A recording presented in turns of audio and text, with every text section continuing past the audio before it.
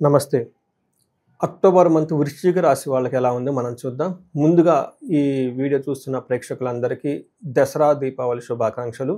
దసరా నవరాత్రులు కానివ్వండి, దీపావళి ముందున్న 5 రోజులు కానివ్వండి, ఇవి ఎంతో విశిష్టత కల రోజులు. పర్టికులర్‌గా ఎవరైతే ధనం సంపాదించాలనుకుంటున్నారో, మీలో ఉన్న నెగెటివ్ క్వాలిటీస్, నెగెటివ్ ఎనర్జీ అంతా బయటికి పోవడానికి దసరా నవరాత్రులు ఎంతో ఉపయోగము. దసరా తర్వాత దీపావళి వచ్చే ఈ 5 రోజులు చాలా ముఖ్యమైనది. పర్టికులర్‌గా ధనానికి సంబంధించి మీరు ఏదైనా గనక సంపాదించుకోవాలనుకుంటున్నా, ఐశ్వర్యాన్ని కోరుకోవాలనుకుంటున్నా గానీ, అష్టలక్ష్మి కృప మీ మీద ఉండాలనుకున్నా గానీ, దీపావళి పండుగను విశేషంగా సెలబ్రేట్ చేసుకోవడం చాలా చాలా ముఖ్యం.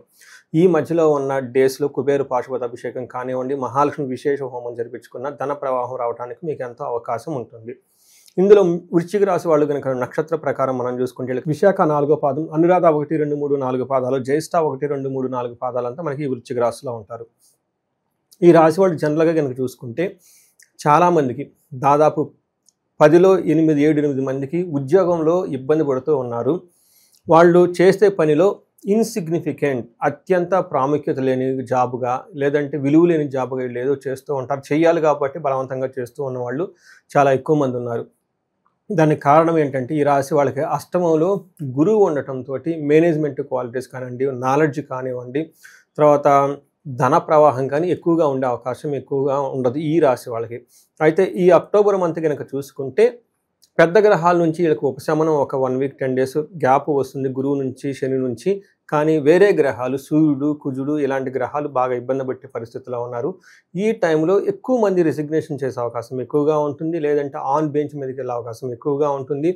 వేరే ఎవరైనా ఎడ్యుకేషన్ ఫీల్డ్లో ఉన్నా కానీ రిజిగ్నేషన్ ఎక్కువగా చేసి వాళ్ళ ఉన్న పొజిషన్‌ని కోల్పోవటము, లేదంటే ఉన్న పొజిషన్ నుంచి ఇంకా డీగ్రేడ్ అయ్యే అవకాశాలు ఎక్కువగా ఉంటాయి. ఇది కొంచెం గమనించుకోవాలి. ముందుగా ఈ వృశ్చిక రాశి వాళ్ళకి 12వ స్థానంలో 3 క్రూర గ్రహాలు ఉండటం, తర్వాత 11వ స్థానంలో శుక్రుడు ఉండటం వల్ల ఒక 75% వీళ్ళకి ప్రతికూలంగా ఉంటుంది. ఓన్లీ ఒక 30% మాత్రమే గోచార రీత్యా వీళ్ళకి అనుకూలంగా ఉంటుందని గమనించుకోవాలి. ఈ టైంలో ఇప్పుడు ఉన్న రాశి ఫలాలతో పాటుగా ఇండివిడ్యువల్‌గా మీ యొక్క హారోస్కోప్‌ని అనాలిసిస్ చేయించుకోండి. గురువుకి సంబంధించిన తగు పరిహారాలు చేసుకుంటే చాలా త్వరగా ఈ యొక్క ప్రాబ్లమ్స్ నుంచి మీరు బయటపడే అవకాశం ఎక్కువ ఉంటుంది. ప్రతికూలంగా ఎక్కువగా ఉంటుంది. కొంచెం జాగ్రత్తగా పడాల్సిన మంత్ అని మీరు గమనించుకోవాలి. మనకి మహర్షులు లఘు గోచారం, సూక్ష్మ గోచారంలో ఏం చెప్తారంటే వార్తల్లోని ముఖ్యాంశాల్లాగా 3 సాంస్క్రిట్ ముక్కల్లో చిన్న ముక్కల్లో దీని యొక్క వివరణ ఇవ్వటం జరుగుతుంటుంది. ఇందులో ధనచ్ఛేదం, వ్యాధార్తి, పరాభవం, అభయం అని చెప్తారు. అంటే విపరీతంగా ధనం ఖర్చు అయ్యే అవకాశం ఎక్కువగా ఉంటుంది. రోగాలు వచ్చే అవకాశం ఎక్కువగా ఉంటుంది. పరాభవం, అవమానాలు జరిగే అవకాశం ఎక్కువగా ఉంటుంది. కానీ ఓవరాల్‌గా అభయప్రదంగా ఉంటుంది. సేఫ్ అండ్ సెక్యూర్‌గా ఉంటారని మనకి శాస్త్రంలో వివరించడం జరిగింది. ఇందులో సూర్యుడు 12వ ఇంట్లో ఉంటే ఏంటి రిజల్ట్ అని మీరు కనుక చూసుకుంటే 12వ ఇంట్లో సూర్యుడు ఉండటం వల్ల స్వస్థాన నాశనం చేయవ, బంధురోగ ధనవేహ, ప్రాణ పర్యంతమాపత్తిం అవమానం వ్యయే రవి అని చెప్తారు. ఈ టైంలో ప్రాణం పోయే అంతగా పరిస్థితులు ఎక్కువ ఉంటాయి. మీ చుట్టూ అవమానం జరిగే అవకాశం ఎక్కువగా ఉంటుంది. పదవిని కోల్పోయే అవకాశం ఎక్కువగా ఉంటుంది. బంధువులతోటి రోగాలు, గొడవలు పడే అవకాశం ఎక్కువ ఉంటుంది. వీటితో పాటు మీరు కనుక చూసుకుంటే 6th హౌస్‌లో దృష్టి ఉండటంతో శత్రువులు మిమ్మల్ని అయితే ఏమీ చేయరు. బట్ మీరే ప్రాబ్లమ్స్ పడే అవకాశం ఎక్కువ ఉంటుంది. ఇదే ప్రకారంగా 12వ ఇంట్లో మనకి చూసుకుంటే కుజుడు ఉండటం వల్ల 12వ ఇంట్లో కుజుడు ఉండటంతో ప్రవాసం, వ్యాధి పీడాంచ, బంధు వైరం, ధనక్షయం, దేహ పీడాంచ సంచారం. సో ద్వాదశికే కుజ అని చెప్తారు. ఈ టైంలో మీకు ఎలా ఉంటుందంటే ఫారిన్ వెళ్ళాలనుకున్న వాళ్ళకి ఫారిన్ వెళ్ళే అవకాశం ఎక్కువ ఉంటుంది. కానీ ఇంటికి సంబంధించిన వాతావరణం ఇంట్లో ఎక్కువగా ఉండకుండా ఇంట్లో బయటికి వెళ్ళిపోయి ఎక్కువగా వెకేషన్‌లో చేయటము, లేదంటే వేరే దేశాలు వెళ్ళటం, ఫారిన్ ప్లేస్ వెళ్ళటం, వేరే ట్రావెల్ చేసి ఉండటం ఎక్కువగా ఉంటుంది. అయితే అక్కడికి వెళ్ళిన తర్వాత ఇబ్బందులు పడే అవకాశం కూడా ఎక్కువగా ఉంటుంది. తర్వాత ధననాశనం, శరీరానికి పీడ అని చెప్తూ ఉంటారు. ఇంతే కాకుండా ధనం ఇబ్బంది పడుతూ ఉన్నా కానీ ఏదో ఒక విధంగా ధనం అయితే మరలా వచ్చే అవకాశం ఎక్కువగా ఉంటుంది. మానసిక ఆందోళనలు ఎక్కువగా ఉంటాయి ఈ టైంలో. అందుకని మీరు గనక గమనించుకుంటే సూర్యుడు కానీ, కుజుడు కానీ కొంచెం ఇబ్బంది పెట్టే పరిస్థితుల్లో ఉన్నారు. అయితే శుక్రుడు మాత్రం మీకు విశేష యోగ్యతను తీసుకొని వస్తూ ఉన్నారు. వాళ్ళు 11th హౌస్‌లో ఉండటంతోటి మీకు ఈ పెట్టే పరిస్థితుల నుంచి శుక్రుడు చాలా మీకు ఉపయోగకరమైన మంచి చేస్తూ ఉన్నారు. ఇందులో వీళ్ళు ఎలాంటి పనులు చేస్తుంటే పుష్టిం కాంతిం తదా కీర్తిం ఇష్టసిద్ధి కార్య సాధనం క్షీరాన్న భోజనం కుర్యా శుక్ర ఏకాదశం అని చెప్తారు.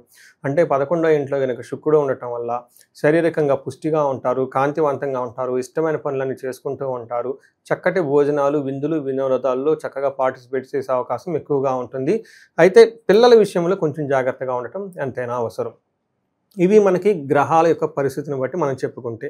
అయితే 3 నక్షత్రాలు విశాఖ అనురాధ జ్యేష్ఠ 3 నక్షత్రాల వారీగా కూడాను మనకి ఎలా ఉంటుందో జ్యోతిష శాస్త్రం ప్రకారం అక్టోబర్ మంత్ తెలుసుకోవచ్చు. దీనికి మన మహర్షులు అంగగోచారం అని ఒక కాన్సెప్ట్ ఇచ్చారు. ఇందులో విశాఖ నక్షత్రం వాళ్ళకి పాజిటివ్గా చూసుకుంటే క్షేమంగా ఉంటారు, సంపదలు ఉంటుంది, సౌఖ్యంగా ఉంటారు, విదేశాగమనము, లాభము, ఇవన్నీ పాజిటివ్గా ఉన్నాయి. నెగటివ్ సైడ్లో చూసుకుంటే వీళ్ళకి నాశనము, మరణము, మృత్యు భయము చూపిస్తూ ఉంటుంది. ఇక్కడ నాశనం అంటే మీరు ఇంతకుముందు ఏదైనా కనుక పని తలపెడితే అది అక్కడతో ఆగిపోతుంది, ఇక ముందుగా ఆ పని వెళ్ళదు, అంతటితో క్లోజ్ అవుతుంది.